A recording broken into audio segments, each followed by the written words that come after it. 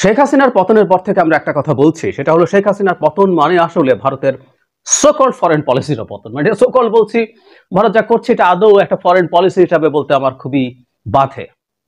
যাই হোক, ভারত এই পতনের পর তার পরাজয়কে মেনে নিতে পারছিল না, তাই অনিবার্যভাবে একটা ন্যারেটিভ তারা মাঠে রাখার চেষ্টা করেছে ক্রমাগত। সেটা হচ্ছে শেখ হাসিনাকে ক্ষমতাচ্যুত করার জন্য আমেরিকা কাজ করেছে, আমেরিকার ডিপ স্টেট কাজ করেছে। আর কোনো কোনো জায়গায় চায়না, পাকিস্তান এসব দেশের নামও আনা হয়েছে। ক্রমাগত এই কাজটা তারা করেছেন।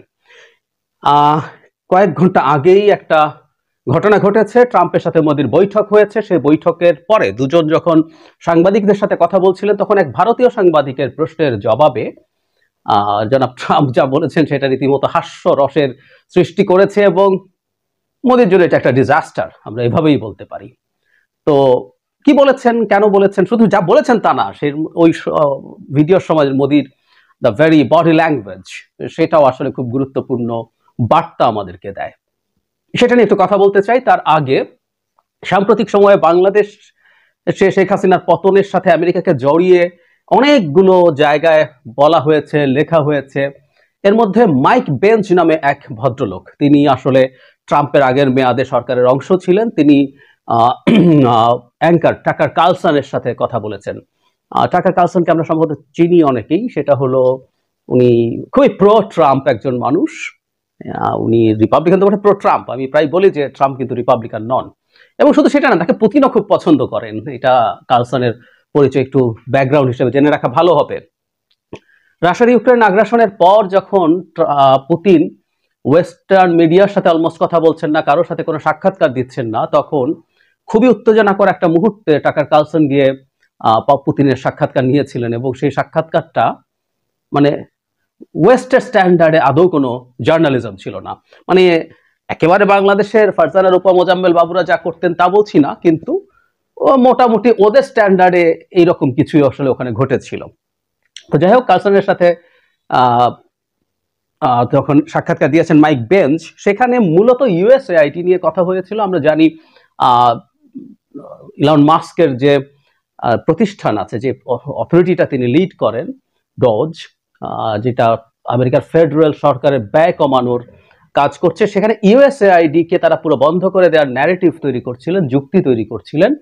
তো সেই যুক্তি দিতে তিনি সেখানে আসেন, এবং এখানে অনেক আলাপ আসেন, এবং একটা পর্যায়ে রেজিম চেঞ্জের আলাপ প্রসঙ্গে বাংলাদেশ আসে।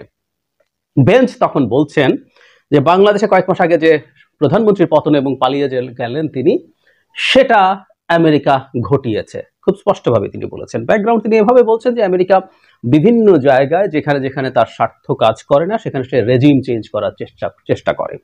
এবং দুভাবে রেজিম চেঞ্জের কথা তিনি বলছেন। একটা হলো নির্বাচনের মাধ্যমে বিরোধীদের সাথে যদি আমেরিকার আন্ডারস্ট্যান্ডিং ভালো থাকে, তারা চেষ্টা করে নির্বাচনে সাপোর্ট করে তারা তাকে জেতাতে, এটা একটা পথ। আরেকটা পথ হচ্ছে নানানভাবে ফান্ডিং করে, লোকজনকে অর্গানাইজ করে কালার রেভলিউশন, ইউরোপে যেটা হয়েছে বহু সময়, এগুলোকে ওরা কালার রেভলিউশন বলে। তো সেই রেভলিউশন ঘটানো, দুটোর একটা। না, ওটা বলেন না, অবশ্য শেখ হাসিনার সময় নির্বাচনের মাধ্যমে সম্ভব ছিল না। যাই হোক, এবং বেঞ্জো এখানে যে কাজটা করেছেন, তিনি স্পষ্টভাবেই সেন্ট মার্টিনসের কথা এনেছেন, যে আমেরিকা ওখানে একটা তৈরি করতে চায়, বেস তৈরি করতে চায়, যে বেসটা শেখ হাসিনা দিতে রাজি হননি, কারণ আমেরিকার উদ্দেশ্য ছিল বেস তৈরির মাধ্যমে চায়নাকে কন্টেইন করবেন, চায়নার ফুটপ্রিন্ট কমাবেন। কিন্তু শেখ হাসিনা এটা অ্যাগ্রি করেন নাই, তার ভূমিতে এটা তার কাছে রিস্কি মনে হয়েছে, ইত্যাদি ইত্যাদি। এখন আমেরিকার এই চাওয়া যেহেতু পূর্ণ হয় নাই, তাই আমেরিকা অন্য পথে গেছে। বেঞ্জের কথা। সেখানে একটা কথা যোগ করে রাখি, বাংলাদেশে শেখ হাসিনার পতনের জন্য আমেরিকা যখন নানান স্টেপ নিচ্ছিল, মানে শেখ হাসিনাকে আমেরিকা চায় নাই ক্ষমতায়, ইটস ট্রু। এটা আমেরিকার কারণ ছিল কোনো রকম কোনো চ্যারিটি না, বহুবার বলেছি, ওই সময় বলতাম কথাগুলো। It's a trade of. America মনে করেছে বাংলাদেশে যদি গণতন্ত্র আসে, তাহলে শেখ হাসিনার মতো অথরিটারিয়ান সরকার, যাদের কমন প্রবণতা থাকে চায়নার দিকে যাওয়ার, সেটা কমবে, চায়নার ফুটপ্রিন্ট কমাতে পারবে। এবং আমরাও এটা মেনে নিয়েছিলাম যে আমাদের মুভমেন্টে যদি আমেরিকার এই পদক্ষেপগুলো কাজে লাগে, এই পদক্ষেপগুলো যুক্ত হয়, সেটা আমাদের সফল হতে সাহায্য করবে। সো এসব বলেও আসলে খুব বেশি লাভের কিছু নেই। তবে সেন্ট মার্টিনসের ব্যাপারটা ডাহা মিথ্যা, যেটা আমরা এখন পর্যন্ত দেখছি। যাই হোক, তিনি এরপর বললেন, বিএনপির নামও আসলেন, উনি ন্যাশনালিস্ট পার্টি বলেননি, বাংলাদেশ ন্যাশনাল পার্টি বলেছেন। সেই পার্টি আমেরিকা যা চায় সেই ধরনের কিছু সুবিধা বা বেনিফিট দিতে পারে বলে আমেরিকার পারসেপশন হয়েছে, তাই নাকি আমেরিকা সাহায্য করা শুরু করেছে। এবং তুই এনডিআই আইআরআই এর নাম আনলেন, একটা জানি আমরা এনডিআই ডেমোক্রেটিক পার্টির সাথে, আইআরআই হলো রিপাবলিকানদের সাথে লাইন্ড আছে, তারা বাংলাদেশে নানান পদক্ষেপ নিতে শুরু করেছে। আইআরআই এর কথা স্পেসিফিকলি বলছেন, ঘটনাচক্র সেটা রিপাবলিকানদের, তারা টার্গেট করে বিভিন্ন লোকজনকে ফান্ড করেছে বিভিন্ন কিছু করার জন্য, এসব ইনফ্যাক্ট মোটা দাগে এনেছেন। যাই হোক, এটাকে আমরা আসলে পাত্তা দিতে চাই না, কারণ হলো মার্কিন মিডিয়া বিশেষ করে টাকার কার্লসনরা ক্রেডিবিলিটি হারিয়েছেন অনেক আগে, এবং যেহেতু ইউএসএআইডি পুরো বন্ধ করে দিচ্ছে ট্রাম্পের অধীনে, বিশেষ করে এখন এলন মাস্ক এটা চেয়েছেন এবং ট্রাম্প এটাকে অ্যাগ্রি করেন, তো এটার জন্য যুক্তি তৈরি করতে হবে এবং এই আলাপ মার্কিনদের সামনে আনার চেষ্টা করা হচ্ছে যে আমরা কেন আমাদের টাকা খরচ করে এগুলো করবো, এগুলো অহেতুক। আরেকদিন আলোচনা করব আমরা নিশ্চয়ই যে আমেরিকার আসলে তার যে পরাশক্তির যে ইমেজ সেটা শেষ করার মিশনে আসলে নেমেছেন ট্রাম্প মাস্ক এরা। যাই হোক, সেটা অন্য আলোচনা। এবং এদের এই ন্যারেটিভ আসলে কেউ আর বিশ্বাস করে না।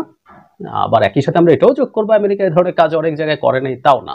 সো এই প্রেক্ষাপটেই খুব আলোচনায় আসলো সাম্প্রতিক সময় বাংলাদেশে আমেরিকার প্রভাব। এর আগে আরো আমেরিকান দু একটা খুব বিখ্যাত না হলো মোটামুটি অ্যাকসেপ্টেবল পোর্টালও ইউএসএআইডির ফান্ড ব্যবহার করে বাংলাদেশে শেখ হাসিনার বিরুদ্ধে মুভমেন্টে রোল প্লে করার চেষ্টা, এগুলোর কথা এসছিল। এবার আসি জনাব ট্রাম্পের সাথে মোদির যে ইন্টারভিউ, ওখানে এক সাংবাদিক, ভারতীয় এক সাংবাদিক ডোনাল্ড ট্রাম্পের উদ্দেশ্যে বাংলাদেশকে নিয়ে প্রশ্ন করছেন। তিনি বলছেন, আপনি বাংলাদেশ ইস্যুতে কি বলবেন? আমরা দেখেছি এবং এটা স্পষ্ট যে সাবেক প্রেসিডেন্ট জো বাইডেনের সময় মার্কিন ডিপ স্টেট বাংলাদেশের ক্ষমতা পরিবর্তনের সঙ্গে যুক্ত ছিল। এছাড়া মোহাম্মদ ইউনুস ও জুনিয়র সরোসের সঙ্গে সাক্ষাৎ করেছেন।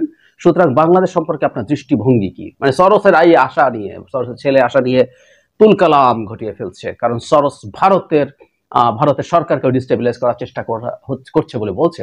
ইনফ্যাক্ট সরোসের ওপেন সোসাইটির নিয়ে কিছু বিতর্ক আছে, কিন্তু তারা যে ধরনের কাজ করে সেটা অ্যাটলিস্ট মোদীর সরকারের জন্য প্রবলেম্যাটিক হবে, তাই তারা সেটা নিয়ে শোরগোল করেছে। যাই হোক, জবাবে ট্রাম্প বলেন, এতে আমাদের ডিপ স্টেটের কোনো ভূমিকা ছিল না। এটি এমন একটি বিষয় যা নিয়ে প্রধানমন্ত্রী মোদী দীর্ঘদিন ধরে কাজ করে আসছেন। শত শত বছর তারা কাজ করছেন। সত্যি বলতে এই বিষয়ে পড়েছি, তবে বাংলাদেশ ইস্যুটি আমি মোদী মানে প্রধানমন্ত্রীর উপরে ছেড়ে দেব। একদম স্পষ্টভাবে উনি না করেছেন, তারা এটা করেন না। মোদী পড়েন এবং শত শত বছর ধরে করে আসছেন এবং ট্রাম্প পড়ছেন এটা, এবং এই ইস্যুটা মোদীর উপরে ছেড়ে দেব। মানে কেউ কেউ এটাকে মিস ইন্টারপ্রিট করে বলার চেষ্টা করছেন বাংলাদেশ ইস্যু এখন মোদীকে ছেড়ে দিল, মোদী এবার যা ইচ্ছা তা করবে। নো, মানে এই ব্যাপারে কথা বলার জন্য উনি মোদীর হাতে ছেড়ে দিয়েছেন। সারপ্রাইজিং হচ্ছে, মোদীকে যখন ছেড়ে দেয়া হলো, লিস্ট একটা ভদ্রতা, অবশ্য ভদ্রতা ওনার কি বা করা ছিল, উনি রাশিয়া ইউক্রেন যুদ্ধ নিয়ে কথা বলা শুরু করলেন।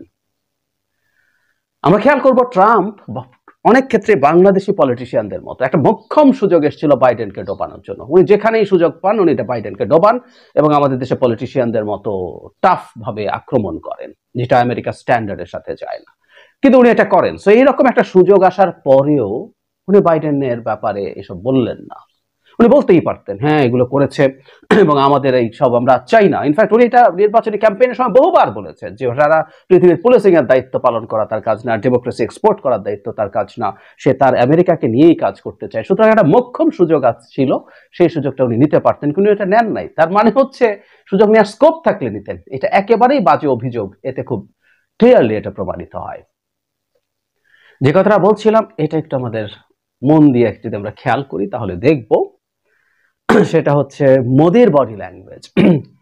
উনি এত ডিজাস্টারাস ভঙ্গিতে বসেছিলেন যখন এই প্রশ্ন করা হয়, এন্টায়ার টাইমটা উনি কতটা ফ্রাস্ট্রেটেড, কতটা প্রবলেমের মধ্যে আছেন, ওনার ফেসিয়াল এক্সপ্রেশন দেখলে, এটা বডি ল্যাঙ্গুয়েজ দেখলে এটা খুব ক্লিয়ার হয়ে যায়। আমরা তার পুরো ইন্টারভিউটা মানে প্রেস কনফারেন্সে কথাবার্তা বলাটাকে যদি ধরি তাহলে এটা বলতেই হবে, মানে ট্রাম্পের সাথে বন্ধু বলে উনি যা যা অর্জন করতে চেয়েছিলেন তা আসলে অর্জিত হয় নাই। এবারকার ট্রাম্পের সাথে তার আগের মতো যে কেমিস্ট্রি ছিল, আগেও কিছু প্রবলেম ছিল কিন্তু কেমিস্ট্রি ওয়াজ মাচ বেটার। এবারকার কেমিস্ট্রি আর ওই রকম অতটা অন্তত এখন পর্যন্ত কাজ করছে না বলে মনে হয়।